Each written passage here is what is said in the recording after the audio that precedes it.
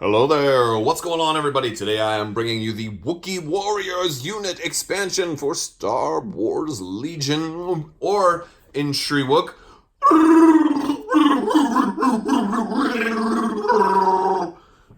So I'm trying to be multilingual here on the channel.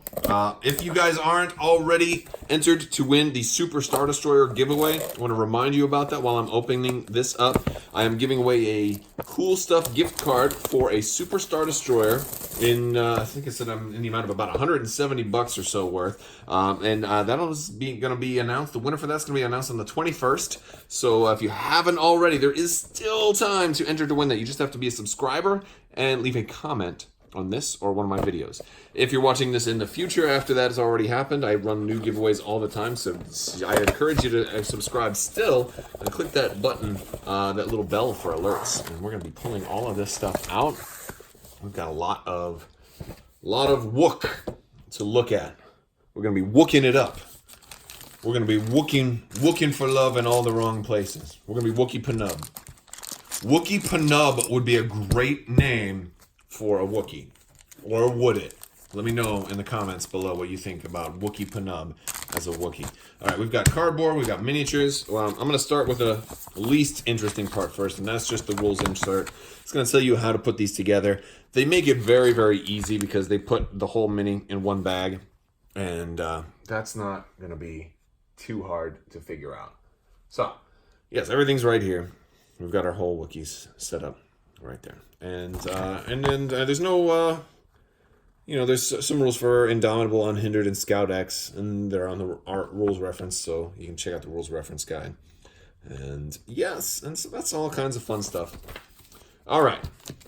So we've got 4 bases, we've got 4 Wookiees. Let's take a look at these miniatures first, because they're the fun part. Then we'll look at the cardboard.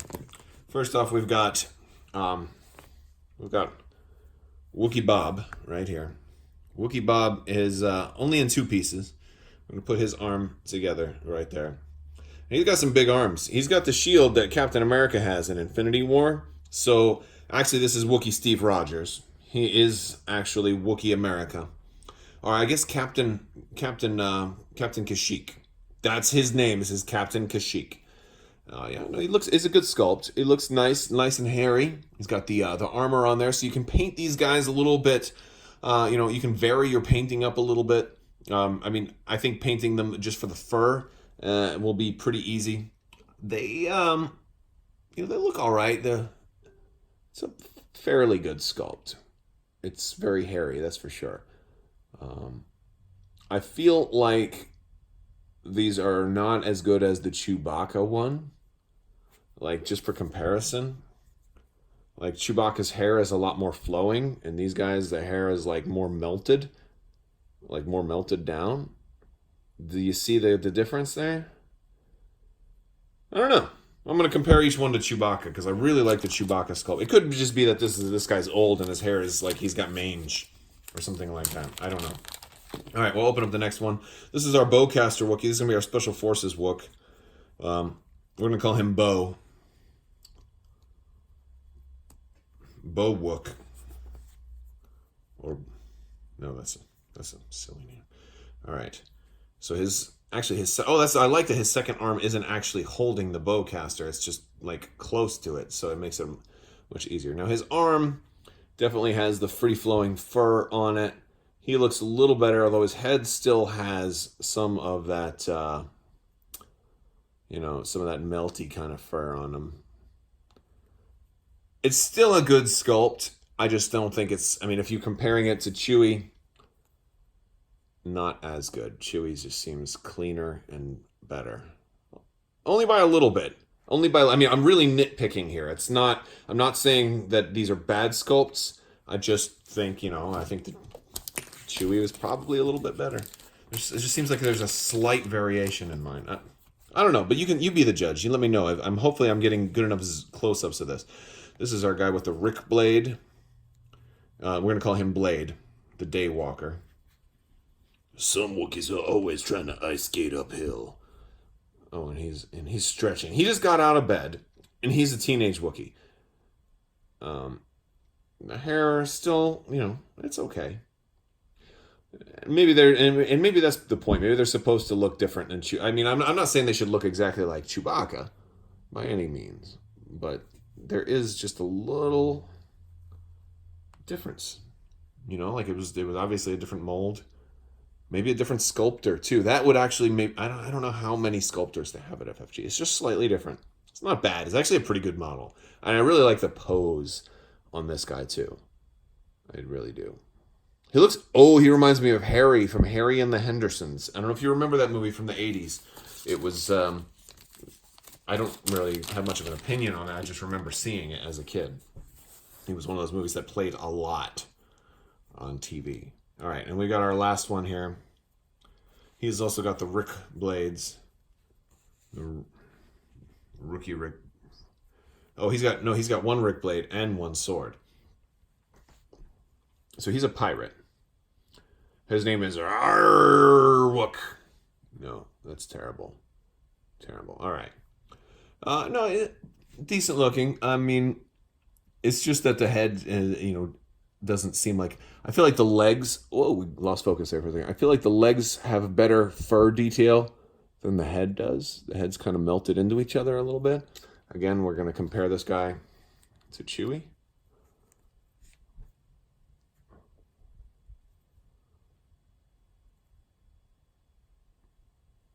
I don't know. Oh man, I'm having a hard time It's trying to focus on each one, and it's going back and forth. I mean, it's not that much of a difference, really. It's actually it's still these are still good sculpts. They still look good. Just feel like we'll see how they paint up. That's the thing. I'm unsure. Especially like in this guy's forearm or his bicep right there. It looks like there's like hardly any fur, and I'm wondering how that's going to be impacted. When you try to paint it. We'll see. We will see. All right. So let's go ahead and look at these cards.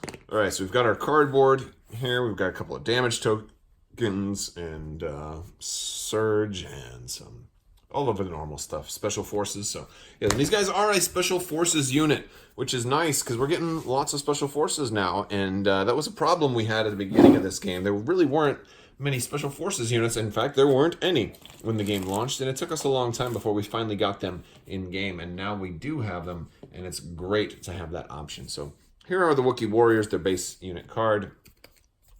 They're going to be 75 points, which is not half bad. They get the heavy weapons, 2 training, equipment, and grenades. They do have grenades. I could see maybe I think impact grenades on these guys might be a thing. I mean, you got 2 dice per mini. You have your surge to hit, so impact is going to work, right? You're going to get some impact out of that. It's maybe a possibility if you're facing some vehicle lists, possibility. All right, you've got charge, you've got expert climber, indomitable, and unhindered. And charge is a good thing. They start the game with it. Indomitable, they're going to roll red dice. So while their courage value is only 2, they have a pretty easy chance of clearing all of that. So they're pretty brave. They're definitely pretty brave. They have 3 health each, and they've got 3 minis in the base unit. If you add the heavy weapons, that'll be 4. So that could be 12 health. It's a tremendous amount of health. They have offensive surge to hit, white defense die, no defensive surge, 2 black dice for melee, a black and a white for ranged, but it's only range 1 to 2. So these guys, they are speed 2, so their whole thing is they want to get in melee. So these guys they're decent for ranged attacking if you need to, but they would much rather do that ranged attack. They would much rather they would much rather charge in and do some melee on you with the black dice and that surge to hit. They have a pretty good chance of getting lots of damage on you. Now, looking at upgrades, if you decide you do want to do some ranged attack, adding the heavy weapons bowcaster Wookiee is definitely going to help you out because you've got a increased range on this guy. He's 1 to 3, whereas the normal unit's only 1 to 2. This also adds a second weapon that he can use, so you could also split fire if you found yourself in a situation where you wanted to attack, multiple units and put out multiple suppression.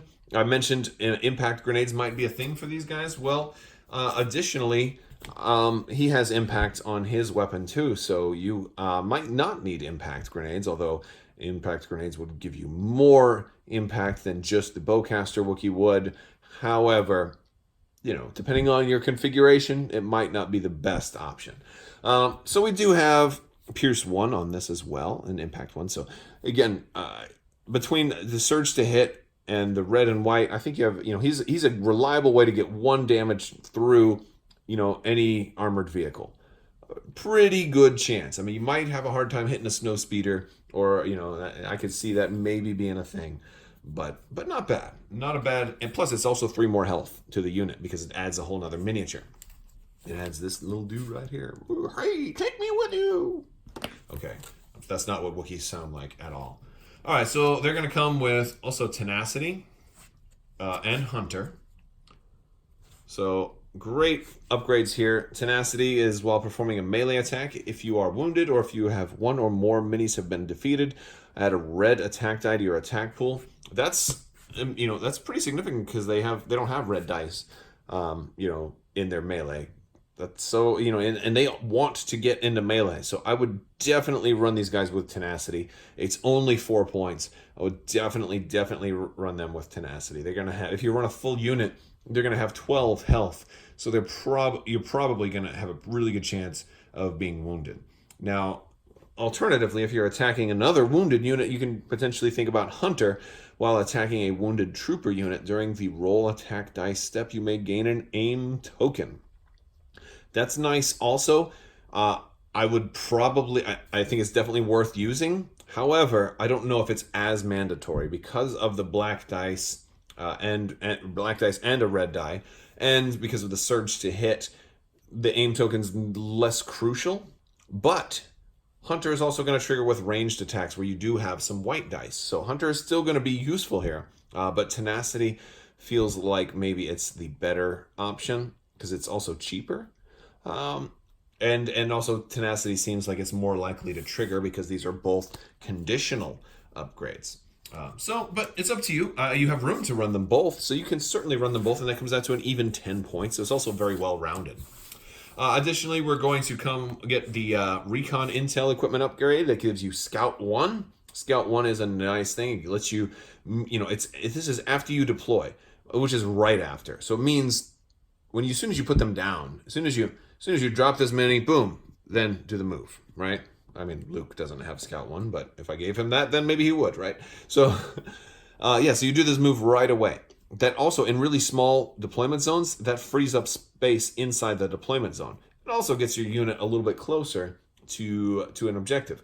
It's also worth mentioning that scout values do stack, but they stack to one single higher scout move, not multiple different scout moves. So if you had Scout 2 and then I gave you this, then you would have Scout 3, not Scout 2 and Scout 1. So it wouldn't be a 2 move and a 1 move because the size of the base is factored into that move. So, you would be better, it just means you do a speed 3 move.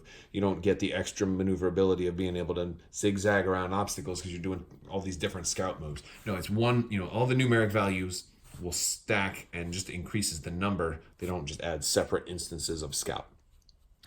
And we get another copy of Fragmentation Grenades. This is a really nice grenade. It gives the red die, which is huge on its own right.